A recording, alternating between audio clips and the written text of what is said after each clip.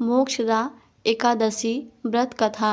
किसी राज्य में एक राजा राज्य करता था। वहाँ उसके राज्य में चारों वेदों के ज्ञाता ब्राह्मण रहते थे तथा राजा अपनी प्रजा का पुत्रवत पालन करता था। एक रात्रि में राजा ने एक स्वप्न देखा कि उसके पिताजी नरक में हैं। उसे बड़ा आश्चर्य हुआ।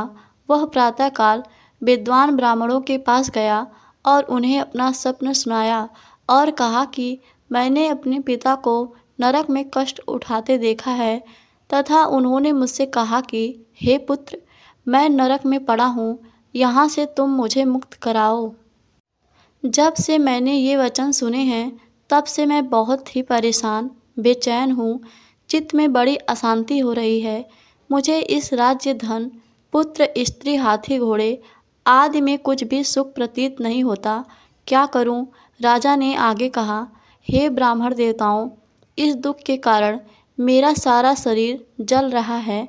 अब आप कृपा करके कोई तप, दान, व्रत आदि ऐसा उपाय बताइए जिससे मेरे पिता को मुक्ति मिल जाए।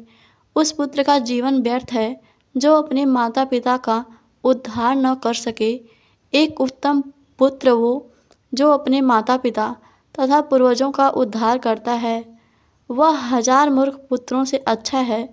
जैसे एक चंद्रमा सारे जगत में प्रकाश कर देता है परंतु हजारों तारे नहीं कर सकते। ब्राह्मणों ने कहा, हे राजन, यहाँ पास ही भूत, भविष्य, वर्तमान के ज्ञाता पर्वत ऋषि का आश्रम है। वे आपकी समस्या का हल अवश्य ही करेंगे। यह सुनकर राजा मुनि के आश्रम पर गया। उस आश्रम में अनेक शांत चित्त योगी और मुनि तपस्या कर रहे थे। उसी जगह पर्वत मुनि बैठे थे। राजा ने मुनि को साष्टांग दंडवत प्रणाम किया तथा मुनि के पास बैठ गया तो मुनि ने राजा से कुशलता के समाचार लिए। राजा ने कहा कि महाराज, आपकी कृपा से मेरे राज्य में सब कुशल है, लेकिन अकस्मात मेरे चित्त में अत्यंत अशांति होने लगी है। ऐसा सुनकर पर्वत मुनि ने आंखें बंद की और भूत विचारने लगे। फिर बोले, हे राजन, मैंने योग के बल से तुम्हारे पिता के कुकर्मों को जान लिया है। उन्होंने पूर्व जन्म में कामातुर होकर एक पत्नी को रति दी, किंतु सौत के कहने पर दूसरे पत्नी को ऋतुदान मांगने पर भी नहीं दिया।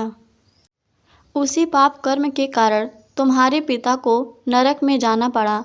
राजा ने कहा, ऋषिवर, इसका कोई उपाय बताइए। मुनि बोले, हे राजन, आप मार्गशीर्ष एकादशी का उपवास करें और उस उपवास के पुण्य को अपने पिता को समर्पित कर दें। इसके प्रभाव से आपके पिता को अवश्य ही नरक से मुक्ति मिलेगी। मुनि के ये वचन सुनकर राजा महल में आया और मुनि के कहे अनुसार परिवार सहित मोक्षदा एकादशी का व्रत किया। इसके उपवास का पुण्य उसने अपने पिता को अर्पण कर दिया। इस एकादशी के प्रभाव से राजन के पिता को मुक्ति मिल गई और स्वर्ग जाते हुए वे अपने पुत्र से कहने लगे, हे पुत्र, तेरा कल्याण हो। यह कहकर वे स्वर्ग चले गए। अतः मार्गशीर्ष मास की शुक्ल पक्ष की इस एकादशी का व्रत करने मात्र से समस्त पापों का नाश होता है तथा इस कथा को पढ़ने या सुनने से वाज्य से यज्ञ का फल प्राप्त होता है। इस व्रत से बढ़कर मोक्ष देने वाला और कोई व्रत नहीं है।